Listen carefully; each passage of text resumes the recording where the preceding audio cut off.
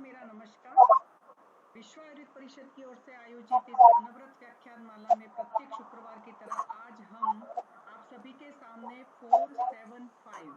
475वें lecture में आप सभी का हार्दिक अभिनंदन करते हैं और स्वागत करते हैं। जैसा कि आप सबको विदित है कि अभी हमने आयुर्वेद दिवस मनाया, धन्वंतरि दिवस मनाया, धनतेरस की पूजा की है और कहीं न कहीं त्योहारों का दिन है। तो आज के व्याख्यान के लिए मैं डॉक्टर विवेक जी का तहे दिल से अग्रिम धन्यवाद करती हूँ कि आज का लेक्चर इमरजेंसी लेक्चर है। बहुत सारे सही बात है, हम संस्कारों से भरपूर है, हमारे आसपास में इतने उत्सव रहते हैं तो कहीं ना कहीं हमारी उसमें सम्मिलित होना, भाग लेना बड़ा जरूरी है। और आज के व्याख्यान के उत्सव के दौरान भी ऐसा रहा और जिस स्पीकर ने अपने को हाँ कही थी उनका कहीं ना कहीं और व्यस्ततम समय था, तो मैंने डॉक्टर साहब से निवेदन किया और आपने तुरंत ही अपनी रजामंदी दे दी, क्योंकि उससे पूर्व लगभग 8-10 लोगों से मैं समझ सकती हूँ कि सही में व्यस्ततम है अभी उत्सव में, तो ऐसा रहा। और इसलिए आपका अग्रिम धन्यवाद करते हुए मैं आपका परिचय सबके सामने रखना चाहूंगी। आपका नाम है डॉक्टर विवेक कुमार दुबे। अपनी ग्रेजुएशन की पढ़ाई Bundelkhand government ayurvedic college Jhansi Uttar Pradesh से की हुई है और आपने एमडी रोग निदान एवं विकृति विज्ञान में National Institute of Ayurveda deemed to be university Jaipur Rajasthan से under the guidance of the परम श्रद्धेय गुरुजी प्रोफेसर श्री कृष्ण शर्मा सर, जो खांडल सर के नाम से हम सभी उनको जानते हैं, उनके अंडर में आपने पूरा किया है। और विज्ञाता शिक्षा के षडुपक्रम based on the 3 years clinical certificate course from Vedotpatti Ayurveda Vidyashala Ahmedabad under the famous Ayurveda physician परम श्रद्धेय वैद्य हितेन भाई वाजा सर, उनके अंडर में आपने पूरा किया है। और यू हैव आल्सो परस्यू शिक्षिता शिक्षा, pursuing a fundamental concept based on 2 years clinical course from the Vedotpatti Ayurved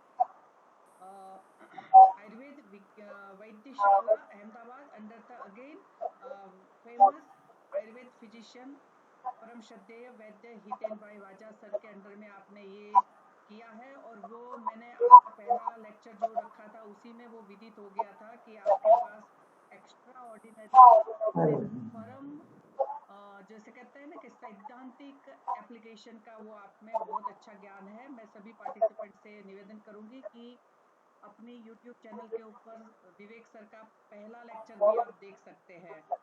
और आपने अन्य बहुत सारे सर्टिफिकेट्स कोर्स भी किए हुए हैं, जैसे BMS MD के सिवाय आप dermatology CME and Manipal university from Karnataka, panchakarma CME Shri NPA government ayurvedic college Raipur से, panchakarma level course 1 IPGTRA Jamnagar, जो अभी उद्रा के नाम से गुजरात आयुर्वेद यूनिवर्सिटी जामनगर से आपने पूरा किया है। इवन आपने नाड़ी परीक्षा from the famous Vaidya Shivanand ji Wadiyar and वैद्य संजय जी छाजेड के मार्गदर्शन में प्राप्त किया है। विज्ञाता शिक्षा जो मैंने पहले आपको बताया वो भी आपके उसमें अपने एक पुष्प की तरह सुशोभित है। 3 month certificate course on research methodology and biostatistics organised by the institute of the applied statistics and NIA Jaipur से आपने किया है। और एक specialised course from DY Patil deemed to be university से किया है। 2 month certificate course on the data analysis. आजकल डेटा का बहुत ज्यादा महत्व है और आने वाले दिनों में तो और ज्यादा होने वाला है, तो ये भी आयुर्वेद के लिए हम अपना डेटा जो देखते हैं वो किस तरीके से हम आगे उपयोगी बनाएं और उसके अनुसार अपने योजनाएं भी बनाएं। तो इसमें data analysis using Excel and SPSS organised by the joint training centre Mumbai से आपने पास किया है। आपके अनेक article peer reviewed journals national और इंटरनेशनल में आपने छापे हुए। You are also regular blog writer. ये भी एक आधुनिक समय में समाज की जो उपयोगी अनेक विधाएं हैं उसमें ब्लॉग राइटिंग भी है, जिससे हम पब्लिक अवेयरनेस कर सकते हैं, वो भी आपने किया हुआ है। Public awareness for community lecture, बहुत सारे रेडियो टॉक आपने डिलीवर किए हैं, यूट्यूब वीडियोस फेसबुक के ऊपर लाइव दिए हैं और इवन हेल्थ कैंप्स भी आपने आयोजित किया है और आपको एक अवार्ड 5 नवंबर 2023 को इनायत किया गया है लेट डॉक्टर एसबी से सेलोटे मेमोरियल बेस्ट रोग विकृति रोग निदान award by the doctor Subhash Reddy health and humanitarian foundation Nagpur की ओर से आपको दिया गया है। और सबसे बड़ी बात तो जैसे मैं आज कह रही हूँ ना कि इमरजेंसी स्पीकर के रूप में ये एक अवार्ड ही है जो शब्दों से ही मैं बता पा रही हूँ, मगर ये अमूल्य है। मेरे पास शब्द नहीं है कि जब इमरजेंसी होती है तब एक वैद्य की हाँ बोले तो कितना बढ़िया लगता है। तो over to you doctor Vivek. आज का अपना जो लेक्चर है an Ayurvedic approach of communicable diseases, चिकित्सालय में आयुर्वेद के आधारभूत सिद्धांत से प्रायोगिक सिद्धांत तक का प्रत्यक्ष कर्माभ्यास आपके द्वारा हमें जानने को मिलेगा। बहुत बहुत हार्दिक स्वागत और ओवर टू यू डॉक्टर विवेक। धन्यवाद मैम। सादर नमस्कार। आज के इस जो विश्व आयुर्वेद परिषद का निरंतर वाहित जो ज्ञान गंगा है उसमें उपस्थित सभी जो आयुर्वेद अनुरागी हमारे साथी हैं और परम श्रद्धेय हमारे गुरुवर बलदेव जी मान सर यहाँ उपस्थित हैं। उनकी उपस्थिति में मैं उनकी आज्ञा से अपने कुछ उनके द्वारा प्रदत्त विचारों को यहाँ रखूंगा और निरंतर आयुर्वेद से अंत्योदय का बीड़ा उठाकर ये पूरा ज्ञान प्रवाह वाहित करने वाली हम सभी की आदरणीय डॉक्टर शीतल दवे मैम और सभी साथी, आप सभी को पहले दीपोत्सव के इस पावन पर्व की हार्दिक शुभकामनाएं। और निश्चित तौर पर ये जैसा कि मैडम ने बहुत सारी चीजें बोली, ये तो एक आप सबके मार्गदर्शन से प्राप्त स्नेह है। निश्चित तौर पर हम सभी कहीं ना कहीं अपने इस आयुर्वेद की यात्रा में कुछ न कुछ आहुति देने के लिए आए हुए हैं। तो अगर गुरु आज्ञा से कभी ऐसा निर्देश प्राप्त होता है तो निश्चित तौर पर अपने आप को सौभाग्यशाली समझते हुए मैं इसमें अपना एक छोटा योगदान देना चाहूँगा। ज़्यादा समय न लेते हुए मैं अपने कार्य को प्रारंभ करता हूँ। आज का जो विषय है an Ayurvedic approach of communicable diseases. निश्चित तौर पर जब भी आयुर्वेद की बात होती है या जहाँ भी आयुर्वेद के विषय को लेके अच्छे कोई सेमिनार या सिंपोजियम का आयोजन किया जाता है तो Ayurveda for non communicable diseases ऐसी बातें बहुत ज्यादा होती हैं और होनी भी चाहिए, क्योंकि ऐसा देखने में आता है कि हम सभी के पूरे जो रोगों की स्थितियां हैं उसमें 70% हमारे रोग जो है वो नॉन कम्युनिकेबल डिजीज या जीवन शैली जन्य बीमारियों से होते हैं। लेकिन जो 30% का दायरा है जिसमें कि हम आयुर्वेद एक होलिस्टिक अप्रोच या समग्र स्वास्थ्य की बात करते हैं या आयुर्वेद एक कंप्लीट साइंस की बात होती है, जैसा कि मैडम ने जो बीड़ा भी उठाया है कि हम आयुर्वेद को अपनी मूल जो भारतीय चिकित्सा पद्धति में प्रथम लाइन की चिकित्सा पद्धति बनाने के लिए कुछ प्रयास करें, उसका जो आपकी तपस्या चल रही है निश्चित तौर पर कम्युनिकेबल डिजीज के बिना शायद वो अधूरी रह जाएगी। तो एक ऐसा विषय है जो कि हम लोग आयुर्वेद के लोग ज्यादातर यहाँ से हमारे पास या तो मरीज कम आते हैं या हम सभी अपने आप को थोड़ा इसमें कमजोर पाते हैं, लेकिन ऐसा नहीं है। हमारा शास्त्र आगे आपको देखने को मिलेगा कि हम लोग इसमें किस तरीके से बेहतर कार्य कर सकते हैं। आज मैं अपनी कार्यक्रम की शुरुआत करने से पहले एक विशेष बात रखना चाहूंगा। जैसा मैडम ने कहा कि त्योहार का समय है और सभी लोग जो है त्योहारों के जो आनंद है उससे अभिभूत हैं। भारतीय ज्ञान परंपरा का एक बहुत मूल वो रहा है कि लोक पुरुष साम्य के सिद्धांत से ये आगे वाहित होता है और हमारे गुरु दीवान सर यहाँ पे हैं, तो जैसा उन्होंने हमें बताया कि लोक पुरुष साम्य का जो सिद्धांत है उसमें जगत को प्रकाशमान बनाने के लिए जिस तरीके से ज्योति की आवश्यकता होती है, उसी लिए अंतःकरण या इहलोक हमारे अंदर की चीजों को प्रकाशमान बनाने के लिए ज्ञान की आवश्यकता होती है। और अगर ज्ञान हमारे अंदर वाहित होने लगे तो निश्चित तौर पर हम किसी भी ऐसे अनसुलझे पहलुओं को बहुत आसानी से सुलझा सकते हैं। तो आज हम इस कम्युनिकेबल डिजीज को अपने ज्ञान के वाहन से इसको कोशिश करेंगे, गुरु परंपरा से प्राप्त जो ज्ञान है उसके माध्यम से हम इस गुत्थी को सुलझाने की कोशिश करेंगे और अपेक्षा करेंगे कि आप सभी इसमें सक्रिय भागीदारी करें और जिसके भी मन में या कोई प्रश्न ऐसे उपस्थित होते हैं या कोई सुझाव आते हैं तो वो जरूर हम लेना चाहें। मैं स्लाइड शेयर कर रहा हूँ। अगर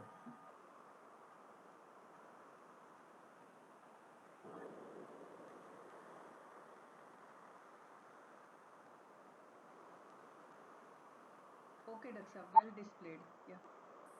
'यस' मैम, स्लाइड चेंज हो रही है। हाँ जी, हाँ जी। 'ओके डॉक्टर साहब, वेल डिस्प्लेड। या। 'यस' मैम, स्लाइड चेंज हो रही है। 'यस' मैम, स्लाइड चेंज हो रही है। 'यस' मैम, स्लाइड चेंज हो रही है। 'Yes' ma'am, yes ma'am, slide change हो रही है। रागादिरोगान शततान शक्तान अशेषकाया पृष्ठतान शेषान औषुक्तिमुखर्तिदाजगम यो पूर्वैद्यमस्ति। आज मैं जो कुछ भी कहने जा रहा हूँ मैं सिर्फ उसका प्रस्तोता हूँ। जो कुछ भी ज्ञान मुझे अपने गुरु परंपरा से मिला है बस उसको अपने शब्दों में यहाँ रखने के लिए आया है। कम्युनिकेबल डिजीज, जैसा कि आप सभी जानते हैं कि कम्युनिकेबल डिजीज क्या होती हैं। ऐसी डिजीज या ऐसी इलनेस जो हमें पर्सन टू पर्सन ट्रांसमिट होती हैं, जिसके लिए कुछ वाहक माध्यम, body fluids, body blood products, contaminated surfaces या इंसेक्ट या कोई वाटर या एयर, ऐसी कुछ मीडिया हमारे लिए जो कि हमारे इन्फेक्शियस या जो कम्युनिकेबल डिजीज है उसको हमें आपस में एक दूसरे के अंदर फैलाते हैं। इसे इन्फेक्शियस या ट्रांसमिसेबल डिजीज भी कहते हैं। ये सभी चीजें आप जानते हैं। और बहुत जो कॉमन सी कम्युनिकेबल डिजीज हमारे समाज में हमको देखने को मिलती हैं उसमें कुछ ऐसे पैथोजेंस हैं जैसे बैक्टीरिया, वायरस है, फंजाई है, प्रोटोजोल है। ये सारे जो है कॉमनेस्ट पैथोजेंस हैं जो कम्युनिकेबल डिजीज को आजकल वाहित करते हैं, जैसा कि आधुनिक विज्ञान का एक ज्ञान हमारे सामने। आज हम इसकी बातें क्यों कर रहे हैं? क्योंकि कम्युनिकेबल डिजीज की कंडीशन ऐसी हो गई है कि चारों तरफ दुनिया हमारी तरफ बहुत कुछ बहुत उम्मीद के साथ देख रही है। पूरे वर्ल्ड में जो डेथ है उसमें देखा जाए तो ये आंकड़े बता रहे हैं कि 13 मिलियन डेथ जो है पर ईयर जो है इन्फेक्शियस एंड पैरासिटिक डिजीज के वजह से हो रही है। बच्चे और जो युवा या जो हमारे बच्चों के स्थितियां हैं उनमें बहुत घातक स्थितियां हैं। वो ज्यादातर जो है आप देखें तो 30 मिलियन डेथ और जो डिजीज एसोसिएटेड या disability associated in life in years जो DLI है वो भी जो है बहुत ज्यादा है बच्चों में इन्फेक्शियस डिजीज की वजह से। HIV और मलेरिया के डेटा भी हमको इसी तरीके से देखने को मिलते हैं कि लगातार जो भारत के ऐसे राज्य या ऐसे क्षेत्र या पूरे विश्व के जो क्षेत्र हैं वो ऐसे इन्फेक्शन से निरंतर जो है प्रभावित हैं, पीड़ित हैं लोग। ट्यूबरकुलोसिस जो कि एक बहुत भयावह बीमारी के रूप में हमारे भारत देश जो कि एक डेवलपिंग कंट्रीज है वहाँ पे व्याप्त है, वहाँ पे भी ये देखने में आता है कि वो आंकड़े भी बहुत चौंकाने वाले हैं। और वर्ल्ड का जो डेटा है वो भी कह रहा है कि लगभग 10.6 मिलियन पीपल हर साल जो है ट्यूबरकुलोसिस से पीड़ित होते हैं। कुछ ऐसी बीमारियां जिनके ऊपर बहुत ध्यान नहीं जाता लेकिन वो अंदर ही अंदर या यूं कहिए कि एक क्षेत्र विशेष में होकर हमको बहुत बड़ा नुकसान पहुंचाती है, जैसे फाइलेरिया है, डेंगू है, चिकनगुनिया है। ऐसी डिजीज नेग्लेक्टेड ट्रॉपिकल डिजीज के अंदर आती हैं और नेग्लेक्टेड ट्रॉपिकल डिजीज का भी डेटा बहुत बड़ा है। 1.62 बिलियन पीपल जो है हर साल जो है ऐसी बीमारियों से सफर कर रहे हैं। क्योंकि हमारा देश भारत एक डेवलपिंग कंट्री है और हमारी आबादी विश्व की सबसे ज्यादा है, तो हमारे लिए यहाँ पे बहुत बड़ा एक बर्डन क्रिएट हो जाता है कि अगर किसी भी व्यक्ति को, परिवार का कोई भी सदस्य अगर एक बार बीमार पड़ा तो हमारी भारत सरकार बहुत सारी सुविधाएं उनके लिए दे रखी है, लेकिन फिर भी एक बहुत बड़ा आर्थिक बोझ उनके ऊपर पड़ता है और उससे जो है सामाजिक जो पारिवारिक ताना बाना है वो बहुत प्रभावित हो जाता है। तो ये सारे आंकड़े आज ये बात करने के लिए विवश करते हैं या कार्य करने के लिए विवश करते हैं कि कम्युनिकेबल डिजीज ये चूंकि पूरे विश्व के लिए बहुत बड़ी चुनौती होती जा रही है और ऐसा हम नहीं कहते, ऐसा सारे डेटास कह रहे हैं कि जो ग्लोबल इंडेक्स है, जो हमारे एंटीमाइक्रोबियल रेजिस्टेंस है, वो भी इसमें बहुत बड़ा कारण है। ऐसा देखने में आ रहा है इस बार जो हमने नेशनल राष्ट्रीय आयुर्वेद दिवस के रूप में 9th आयुर्वेदा डे जो सेलिब्रेट किया, उसमें भी ये देखने में आया कि जो एंटीबायोटिक रेजिस्टेंस है वो हमारा एक कार्य करने का बहुत बड़ा क्षेत्र होता जा रहा है। क्योंकि निरंतर ऐसे आंकड़े आ रहे हैं जिसमें पता चल रहा है कि जो हायर एंटीबायोटिक्स हैं उनके खिलाफ जो है रेजिस्टेंस डेवलप होता जा रहा है। उनका जो मिसयूज हो रहा है उसके वजह से जो है लगातार उनके खिलाफ जो है जीवाणु अपने अंदर रोग अपनी प्रतिरोधक क्षमता बनाते जा रहे हैं।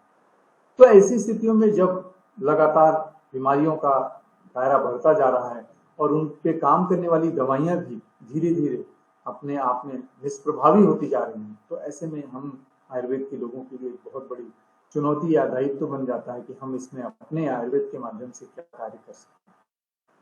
जैसा कि आप सभी जानते हैं कि जो कुछ भी जीवाणु हमारे शरीर में प्रवेश करता है तो उसका एक पहला काम होता है कि शरीर की जो नॉर्मल क्रिया होती है जिसको हम फिजियोलॉजी कहते हैं, उसमें वो डिस्टर्बेंसेस उत्पन्न करते हैं जिसको हम इन्फ्लामेशन कहते हैं।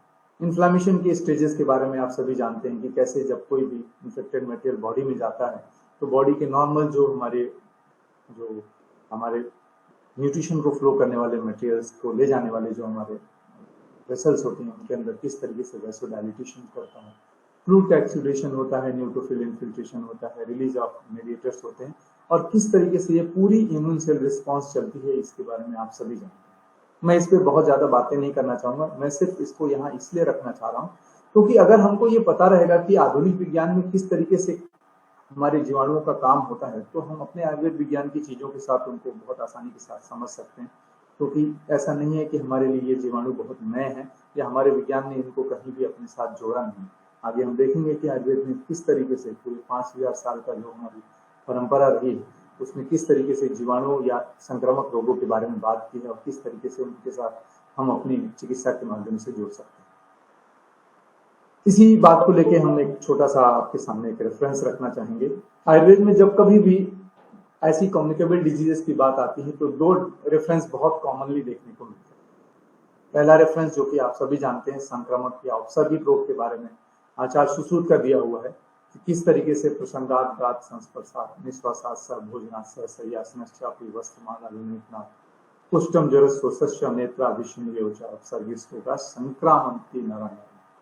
ये सारे रोग एक दूसरे से बहुत सारी चीजों का शेयर करने से, बहुत सारे जो है भोजन इत्यादि जो ऐसी चीजें हैं जिनके साथ हम एक दूसरे के साथ जुड़ते हैं, सैया आसन वस्त्र माल्य, ये सब चीजों का एक दूसरे के साथ संपर्क होने से कुष्ठ ज्वर शोष नेत्राभिष अभिषण जैसे रोग औपसर्गिक रोग के रूप में एक दूसरे से फैलते हैं। और जब ये किसी एक व्यक्ति से दूसरे व्यक्ति के साथ साथ एक छोटे से भूभाग में फैल जाते हैं तो आधुनिक विज्ञान के हिसाब से इसी को हम इंडेमिक डिजीज के रूप में जानते हैं। ये बहुत सूक्ष्म विज्ञान है। यहाँ पे साथियों मैं थोड़ा सा आपको दिखाना चाहूंगा कि ये जो भी चीजें हैं ये सब कुछ लोक पुरुष साम्य के सिद्धांत को स्खलित करने वाली होती है। अर्थात हम मनुष्य प्राणी हैं और बाहर की दुनिया से प्राण लेते हैं। ये प्राण रूपी ऊर्जा जैसा कि आप प्रत्यक्ष रूप से देख पाते हैं कि सोम सूर्य अनिल ये तीन चीजें हैं जिनके माध्यम से हमारा जो वायु पित्त कफ है वो पोषित होता रहता है और हमारा जो प्रकृति है वो सही ढंग से स्थिर रहती है। लेकिन जब ये संक्रामक रोगों की स्थितियां आती हैं, औपसर्गिक रोगों की स्थितियां आती हैं तो सबसे पहले ये जो सोम सूर्य अनिल जो हमारे पहले देव हैं, साक्षात देव हैं जिनको हम देख सकते हैं महसूस कर सकते हैं, उनकी प्राकृतिक पोषण की स्थितियां बाधित होती हैं और वो हमारे शरीर में उसका असर होता है। आयुर्वेद ने इसको बहुत गहराई से हमारे सामने रखा कि अगर ये स्थितियां हैं तो प्रारंभिक रूप से ये स्थितियां हमारे शरीर में संक्रामक या औपसर्गिक रोगों को उत्पन्न करेंगी। लेकिन आयुर्वेद में ऊर्जा का जो माप है या जो हमें पोषण देने का जो दायरा है वो बहुत व्यापक है। वो कहते हैं कि ये तो डिजीज ऐसी हैं जो इंडेमिक डिजीज के रूप में हमको देखने को मिलेंगी, लेकिन कुछ ऐसी स्थितियां भी हैं सोम सूर्य अनिल के ऊपर। जैसा कि हम जानते हैं कि हमें 3 सोम सूर्य अनिल का सिद्धांत सामान्य रूप से दिखाई देता है, लेकिन भारतीय विज्ञान कहता है कि सोम सूर्य अनिल के ऊपर हमारे पोषण के लिए हमारे नवग्रह भी हमसे जुड़े हुए हैं। आप सभी ने दीपावली की पूजा की तो नवग्रह की स्थापना की, उनका आह्वान किया, लेकिन शायद हमने क्यों किया इसके बारे में अगर हम विचार करें तो हमें प्रकृति से जो पोषण मिलता है वो साक्षात रूप से 3 सोम सूर्य अनिल से दिखाई देने वाला पोषण मिलता है। और फिर उसके ऊपर हम जाते हैं तो नवग्रह से हमको पोषण मिलता है, उसके ऊपर जाते हैं तो हमको 12 राशियों से पोषण मिलता है, और उसके ऊपर जाते हैं तो हमको 27 नक्षत्रों से पोषण मिलता है। यहाँ तक का जो विज्ञान है वो उपवेद हमारे आयुर्वेद में वर्णित है, लेकिन भारतीय ज्ञान परंपरा इससे भी ज्यादा है। अगर और आप गहराई में जाएंगे तो वर्ष, मनवंतर, हिरण्यगर्भ और अंत में हम वैश्वानर से पोषित होते हैं, इसका एक अनुक्रम वहां पे देखने को मिलेगा। तो यहाँ जो संक्रामक रोग या कम्युनिकेबल डिजीज के साथ आयुर्वेद की बातें करते हैं तो पोषण देने वाले वो सारे रास्ते, वो वहां से आने वाली ऊर्जा जब बाधित होने लगती है तब हम रोगी होते हैं। तो औपसर्गिक रोग वास्तव में हमारे सोम सूर्य अनिल की विकृति से होने वाले रोग हैं, लेकिन जब उसका व्याप और ज्यादा बढ़ जाता है और हमारे जो ग्रह, राशि, नक्षत्र इन तक में अगर विकृतियां आने शुरू हो जाती हैं तब आचार्य चरक कहते हैं कि आचार्य सुश्रुत ने भी इसको व्यापक रूप से बताया है कि कदाचित व्यापन्य ऋतुषु कृत्या अभिशाप रक्षो क्रोध अधर्म उपध्वंसते जनपदा। तब ऐसी स्थितियां होती हैं कि हमारे ग्रहगण, हमारी राशि, हमारे नक्षत्र जो हमारा आप्यायन कर रहे थे, हमारा पोषण कर रहे थे, वो बाधित हो जाते हैं और फिर जो बीमारियां होती हैं वो हमारे यहाँ बहुत बड़े भूभाग को एक साथ अपने जो है चपेट में ले लेती हैं, और ऐसी जो बीमारियां होती हैं उनको जनपदोध्वंस के नाम से। तो आयुर्वेद ने कितनी सूक्ष्मता से एंडेमिक जैसी कंडीशन वाली औपसर्गिक रोगों का वर्णन किया है और पैंडेमिक जैसी कंडीशन वाली जनपदोध्वंस जैसे रोगों का।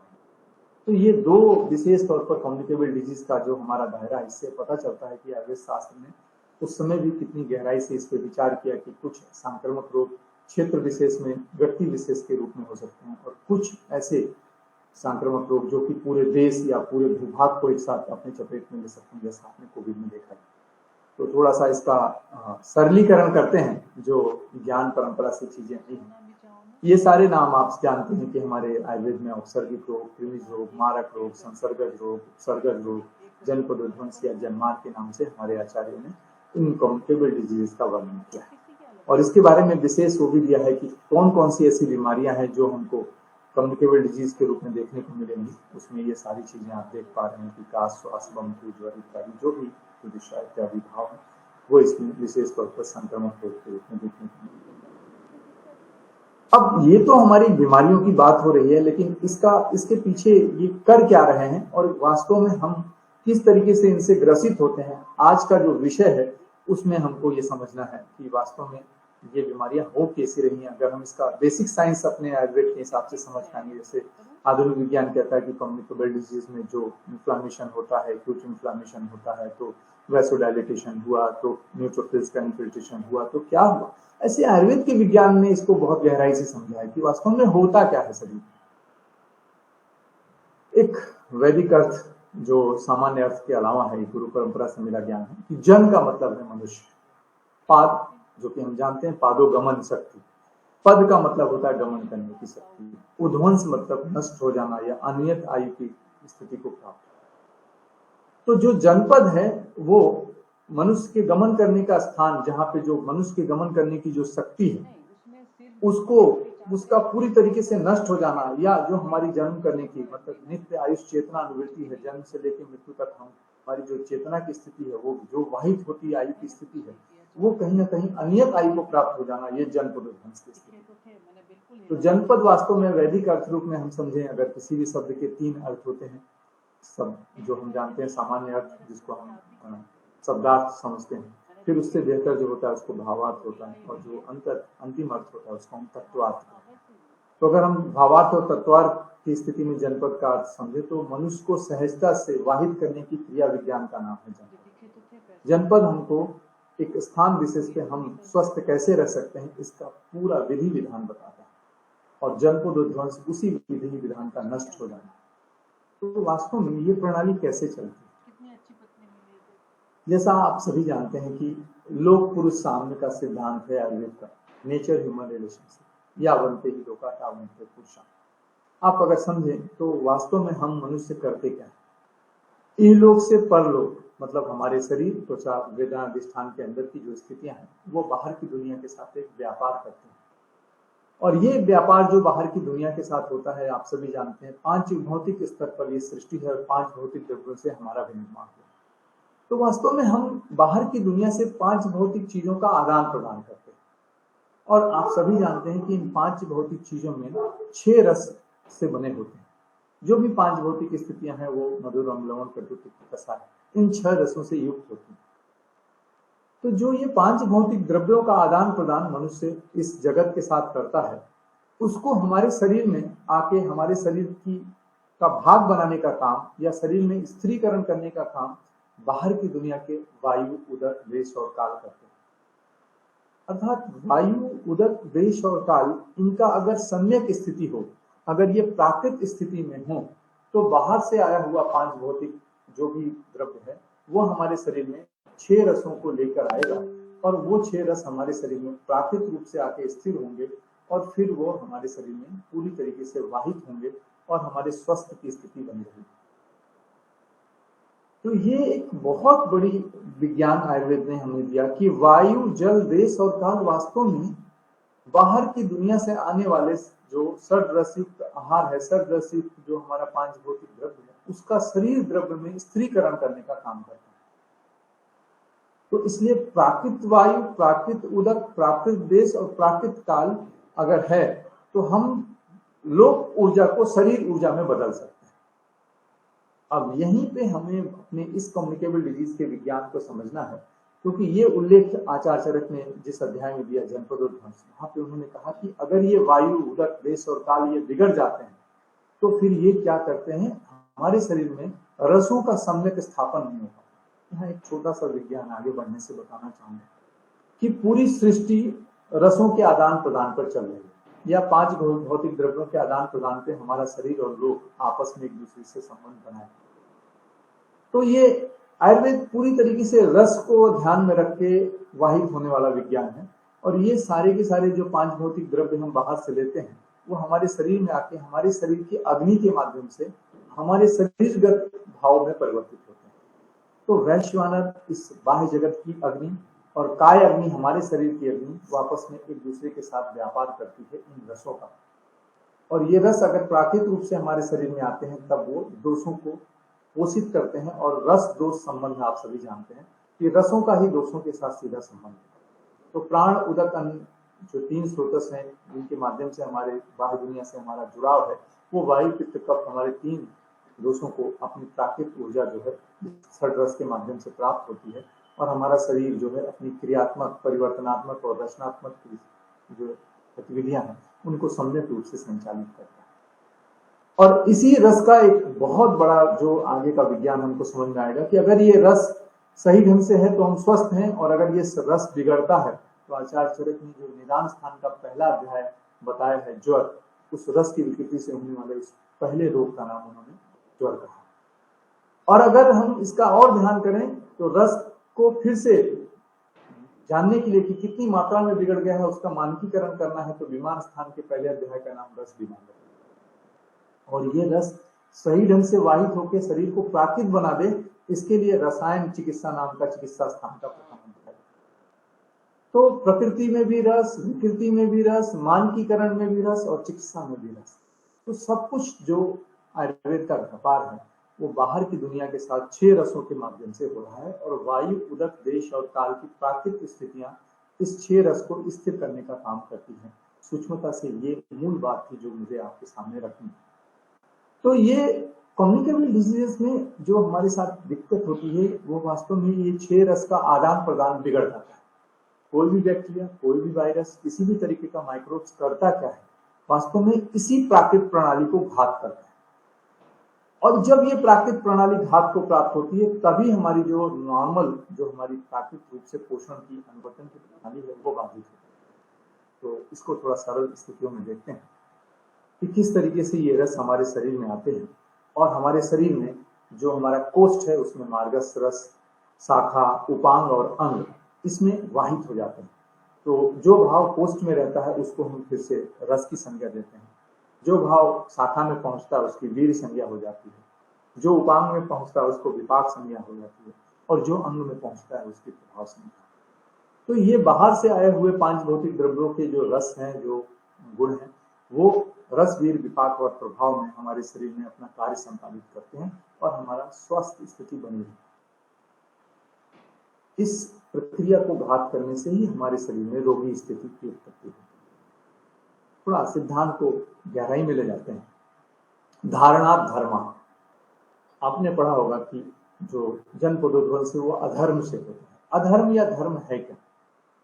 आप अभी दशहरा मना के आए हैं तो अधर्म पर धर्म की जीत की बात करते हैं हम सभी। वास्तव में धर्म हमारे लिए क्या है कि इहलोक और परलोक को एक रूपता से जोड़े, वही धर्म। इहलोक और परलोक को एक रूपता से जोड़ने के लिए आयुर्वेद ने एक छोटा सा विज्ञान दिया है जिसको हम त्रयोपस्तंभ कहते हैं, आहार, निद्रा और ब्रह्मचर्य। इसका सम्यक पालन ही हमारे लिए धर्म है और इसका असम्यक स्थिति ही हमारे लिए अधर्म है।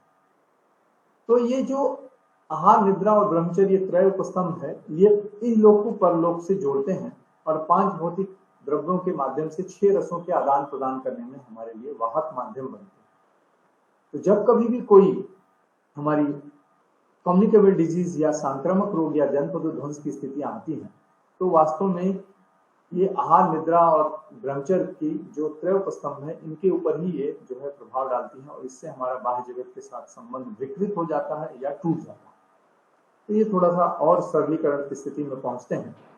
ये आप सभी जानते हैं कि आहार का जो संबंध है वो बाहर की दुनिया के सीधे सीधे सूर्य के साथ है, जो कि साक्षात देव के रूप में हमारे आहार के परिवर्तन के लिए अग्निदेव शरीर पित्तांतर्गत के रूप में हमारे शरीर में कार्य करते हैं। ऐसे ही आप सभी जानते हैं कि जो निद्रा का संबंध है वो सीधे सीधे हमारे सोम के साथ है, और सोम जो है हमारे शरीर में रचनात्मक भाव का निर्माण करता है। यहाँ सबसे महत्वपूर्ण बात आपको यहाँ बताना चाहेंगे, ब्रह्मचर्य। ब्रह्मचर्य जिसको कि हम आमतौर पर एक सिंपल सेलिब्रेसी से संबंध रखते हैं, लेकिन वास्तव में ये बहुत गहरा शब्द है। ब्रह्मचर्य का अर्थ यहाँ पे है कि ब्रह्मांड के साथ जोड़ने की वो सारी क्रियाविधि जिसमें कि वैश्वानर और कायाग्नि एक दूसरे के बहुत समीप आते हैं और एक दूसरे के साथ ऊर्जा का आदान प्रदान करते हैं। तो ये जो सुबह 4:30 बजे से सुबह 7:30 बजे का समय या शाम को 4:30 बजे से 7:30 बजे का समय है, ये 2 संधि काल होते हैं। इसीलिए भारतीय ज्ञान परंपरा में संध्या वंदन किया जाता है। संध्या वंदन करने का मतलब यह है कि इस समय एक मनुष्य की कायाग्नि बाह्य जगत की वैश्वानर के बहुत नजदीक होती है, और वो बहुत आसानी से, अगर हम उस समय अपने आप को अलर्ट मोड में ले आते हैं, अपने ध्यान, योग, अपने खेल कूद, अपने व्यायाम, अपनी सारी क्रियाकलाप अगर इस समय करते हैं, तो हम ब्रह्मांड की ऊर्जा को अत्यधिक मात्रा में आसानी से अपने साथ जोड़ सकते हैं। इसीलिए जो वायु की क्रियाकलाप है वो 4:30 से 7:30 सुबह, 4:30 से 7:30 शाम, ऐसे 2 अवसरों में करने से हम ब्रह्मांड की ऊर्जा के साथ अपने को जोड़ सकते हैं। ये इतना सूक्ष्म विज्ञान है कि अगर आप इसको एक सामान्य उदाहरण से समझें, तो आप अगर किसी खेल से संबंध रखते हैं, भारतीय सभी क्रिकेट इत्यादि जैसे खेलों से बहुत संबंधित रहते हैं, तो अगर आपका कोई बहुत फेवरेट खिलाड़ी सचिन तेंदुलकर हैं और वो खेलने के लिए आते हैं, तो आपका उनसे मिलने का सबसे अच्छा समय क्या हो सकता है?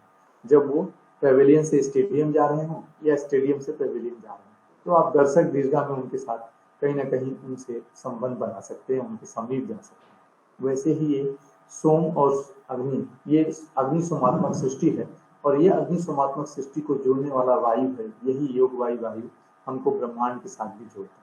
तो अगर इस समय हम अपनी क्रियाकलाप को सही तरीके से करते हैं, जैसा कि हमारे ये बताया गया हमारे संहिताओं में, तो हम ब्रह्मांड के बहुत करीब जाते हैं और ब्रह्म जो वैश्वानर की ऊर्जा है उससे अपने आप को लाभान्वित कर सकते हैं।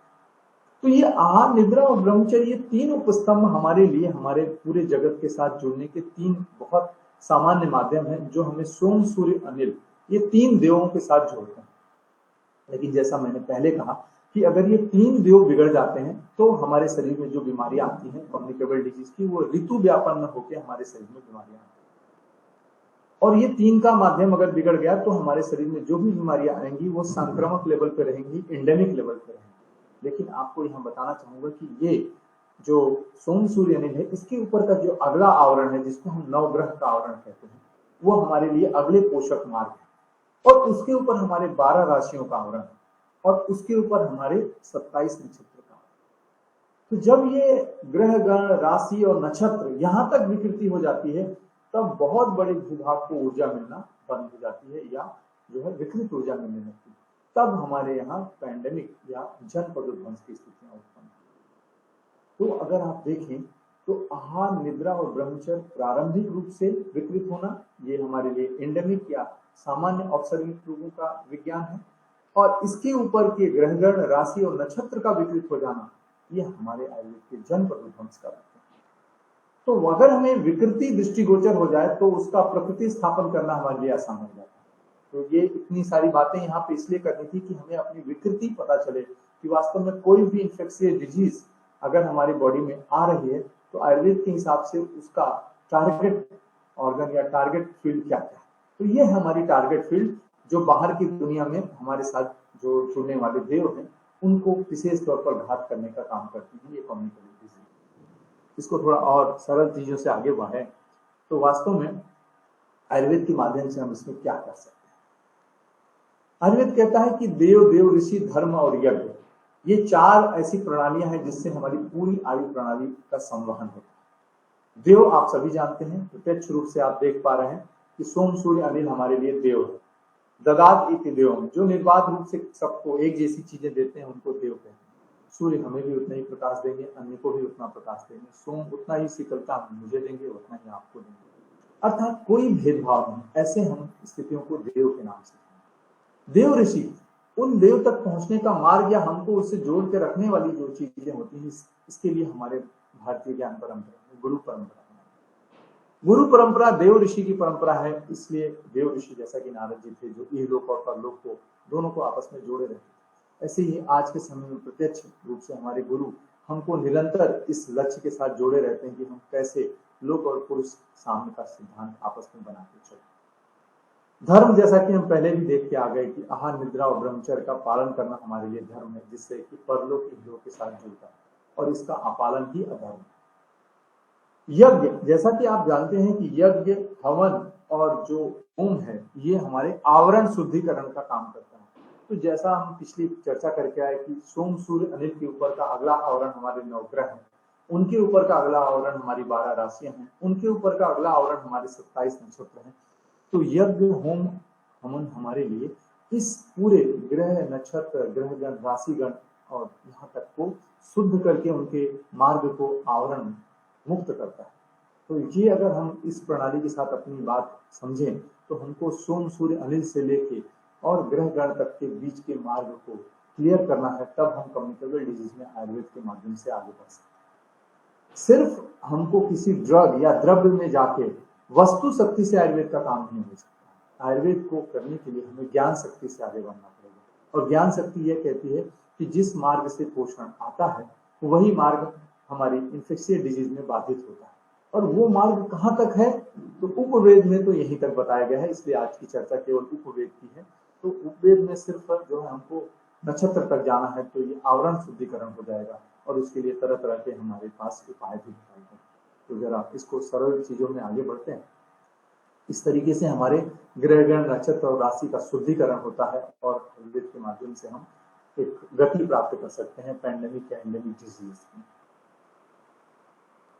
वायु, जल, देश और काल जितना नियंत्रित होता है, उससे हमारे जो है स्वास्थ्य की दिशा बनती है। इसीलिए आयुर्वेद में हमेशा वायु के को किस तरीके से नियंत्रित या सही स्थिति में रखें, जल के शुद्धिकरण या जल के विभिन्न आयामों की बात, देश और काल के विभिन्न शुद्धिकरण के आयाम बताए गए। आगे हम चर्चा करेंगे कि किस तरीके से वायु, जल, देश और काल का शुद्धिकरण करके हम पैंडेमिक में नियंत्रण कर पाए हैं, या आज भी हम उसको आने से रोक सकते हैं, या उसके बारे में हम कुछ बेहतर उपाय समाज को दे पाए। चिकित्सा उपाय में आगे बढ़ने से पहले एक मूलभूत सिद्धांत रहा है कि जब कभी भी कोई बीमारी हमारे साथ संपर्क बनाती है, तो हम जानते हैं कि हेतु हमारे शरीर के साथ जुड़ के निदान के रूप में हमसे हमारे शरीर की प्राकृतिक स्थिति का घात करते हैं। तो निदान का परिवर्जन कहते हैं कि संक्षेपतः क्रिया योगो निदान परिवर्जन। क्रिया हमारे लिए, आयुर्वेद के लोगों के लिए धातु शाम्य क्रिया है। योग अर्थात जुड़ना। तो धातु शाम्य क्रिया का योग तभी होगा जब हम निदान का परिवर्जन करें। तो निदान परिवर्जन के लिए हमें निदान का जो अवलोकन है वो पता होना चाहिए। तो अभी हम लोगों ने जैसे कि बात किया कि निदान दो तरीके से हमारे शरीर में हो गए, हमारे शरीर के बाहर और शरीर के अंदर। तो शरीर के बाहर जो निदान है, जिनको हम विप्रकृष्ट निदान भी कहते हैं, उनके लिए हमारे पास पथ्य सेवन का विधान रहता है। तो हम पथ्य सेवन के माध्यम से उस निदान को शरीर में प्रविष्ट होने से रोक सकते हैं। पथ्य अर्थात आहार, निद्रा, ब्रह्मचर्य की जो अनुकूल स्थितियां हैं उनका पालन। और जो हमारे शरीर में प्रविष्ट कर चुका है, हेतु निदान बन चुका है और अब बीमारियां उत्पन्न करने की स्थिति में है, उसको हम षडोपक्रम से यहाँ पे सही कर सकते हैं। प्रारंभिक रूप से हमारा जो उपाय होना चाहिए वो किसी भी कम्युनिकेबल डिजीज में वो ये होना चाहिए कि हम उसको एंट्री लेने से रोकें। तो पथ्य पालन में हमारा वायु, जल, देश, काल की जो शुद्धता, आहार, निद्रा, ब्रह्मचर्य का जो प्रकृतिकरण है, जो हमारी षट रस का सही सम्यक स्थिति में ले जाना है, वो पथ्य पालन के माध्यम से। और जो हमारे शरीर में प्रविष्ट कर चुका है, उसको उपक्रम के माध्यम से किस तरीके से घात कर सकते हैं, किस तरीके से उसका निर्मूलन कर सकते हैं, इसके बारे में थोड़ा आगे विचार करते हैं।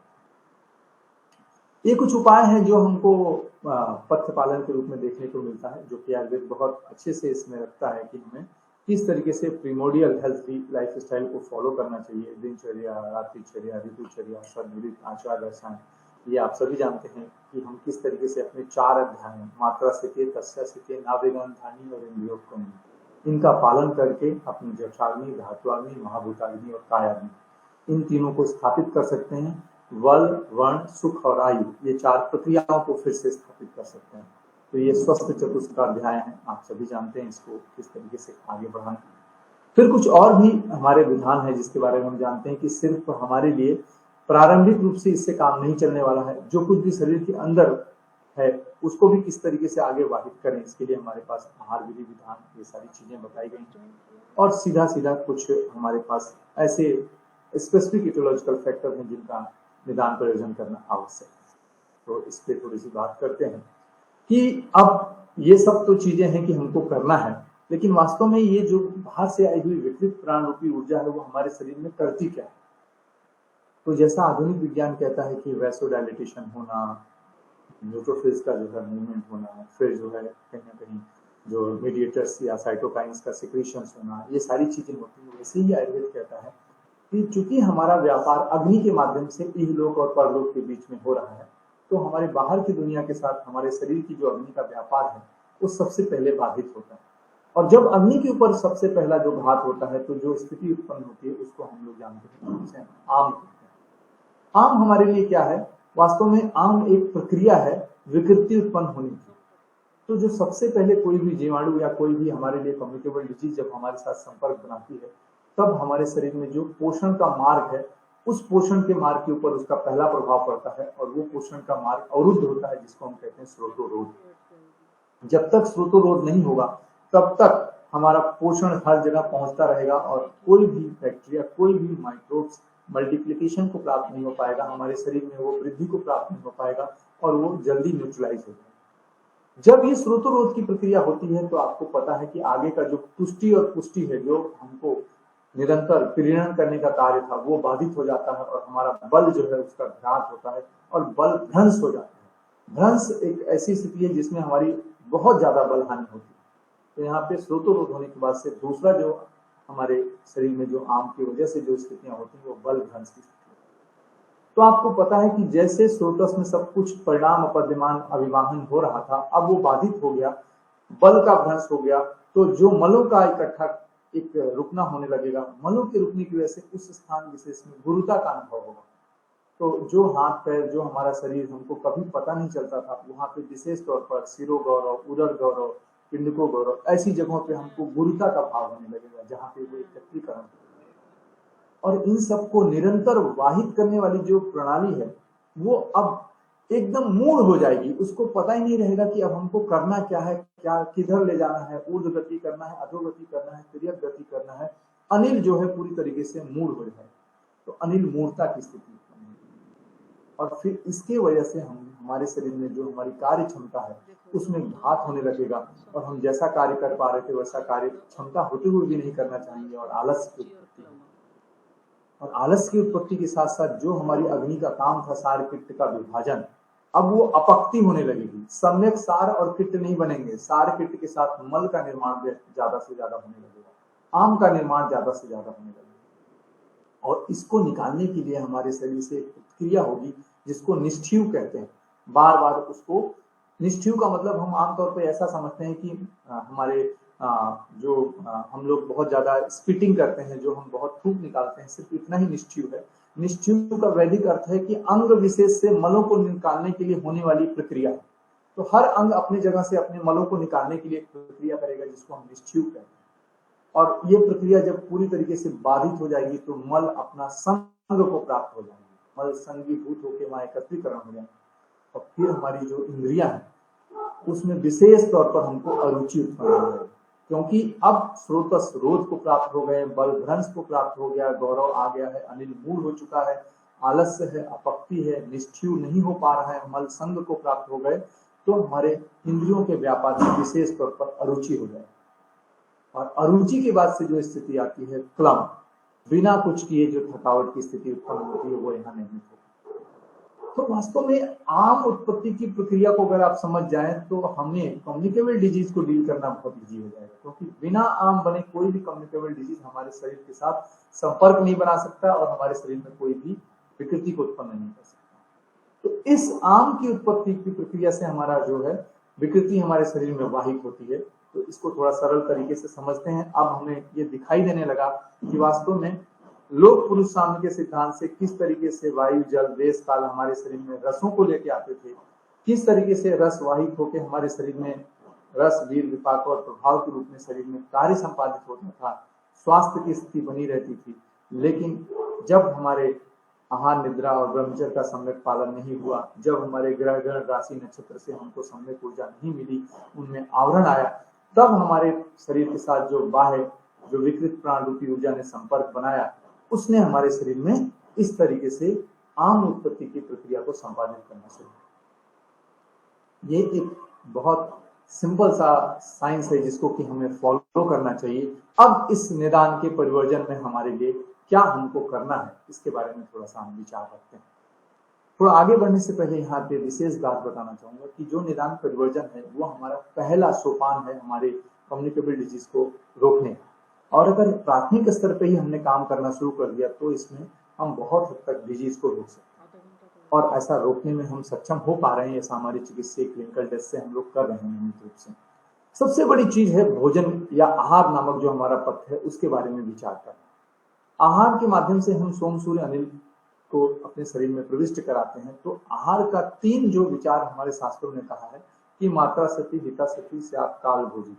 तो मात्रा पूर्वक भोजन, अधर्म का जो बहुत बड़ा विज्ञान हमारे जनपद ध्वंस में आया है वो यही है कि भूख से 25% कम खाना या रोगी अवस्था में भूख से 33% कम खाना, ये 2 विज्ञान हमारे आयुर्वेद ने दिया है और हम उसका पालन नहीं करते हैं। तो अति संपूरकता जो है वही हमारे लिए आज के समय में सबसे बड़ा अधर्म है। अगर अति संपूरकता हो रही है तो हम किसी भी संक्रामक रोग को नहीं रोक सकते। तो अगर किसी भी कम्युनिकेबल डिजीज को रोकना है तो सबसे पहले हमें भूख से 25% या 33% कम खाने का विज्ञान वाहित करना होगा।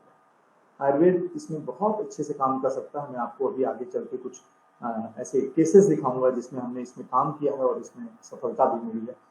तो मात्रा पूर्वक भोजन अर्थात 33% या 25% कम खाना, ये बहुत बड़ा जो है विज्ञान है जिसको हमको ध्यान देना।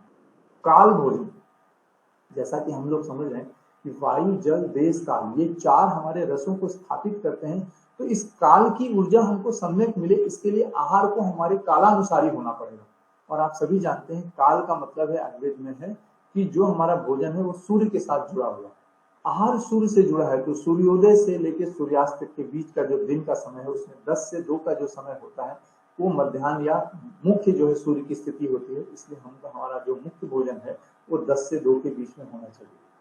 प्रातः और शाम हमारे रोगी का भोजन जो है अल्प या लघु भोजन होना चाहिए, खासकर लेट लाइट डिनर नहीं होना चाहिए। सूर्यास्त के 3 घंटे के बाद लिया गया भोजन जो है काल के साथ जुड़ नहीं पाता है और फिर वो हमारे शरीर में एक अवरोध को उत्पन्न करता है, आमोत्पत्ति की प्रक्रिया को और बढ़ाता है और इससे बैक्टीरिया या माइक्रोब्स पोटेंशिएट। तो छोटे छोटे उपायों से किस तरीके से उनकी गति को रोका जा सकता है, उसमें मात्रा पूर्वक भोजन और कालानुसार भोजन।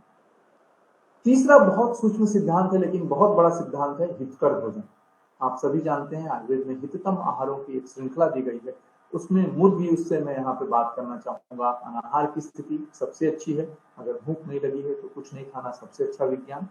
और अगर भूख लगी है, अल्प भूख है, ऐसी स्थितियां हैं, क्षुधा की स्थिति बहुत ज्यादा नहीं है, तो मूर्ध यूज जिसको हम कहते हैं सूक्ष्म उत्तमम, उसके अंदर विशद गुण होता है और विशद गुण हमारे क्लेद के अंदर जो भी अपक्व स्थितियां हैं उनको क्लीन करने का काम करता है।